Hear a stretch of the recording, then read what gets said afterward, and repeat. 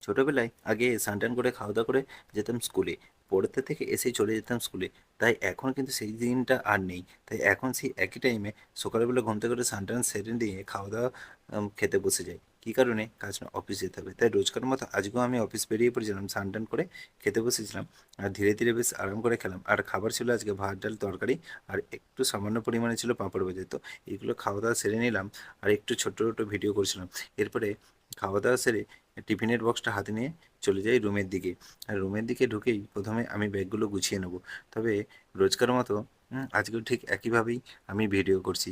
কারণ আমি এখন সেইভাবে ভিডিও বানানোর সময় পাইনি। কাজের এত চাপ, তাই ব্যাগটা গুছিয়ে নিলাম, টিফিন নিলাম। আর এরপরে দেখলাম মা একটা লেবু দিল।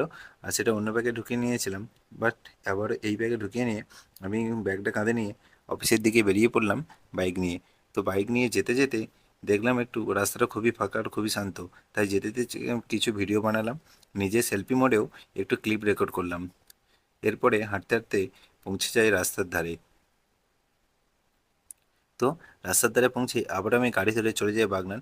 বাগনান থেকে নেমে টোটো ধরে অফিসের দিকে পৌঁছে গেলাম। আর দেখতে, দেখতে কখন যে অফিস পৌঁছে গেলাম বুঝতেই পারলাম না। এরপরে আবার টিফিন টাইমে সেই ফোন হাতে নিয়ে চললাম টিফিন করতে। তো আজকে টিফিনে ছিল সুজির রুটি আর আলুর দম।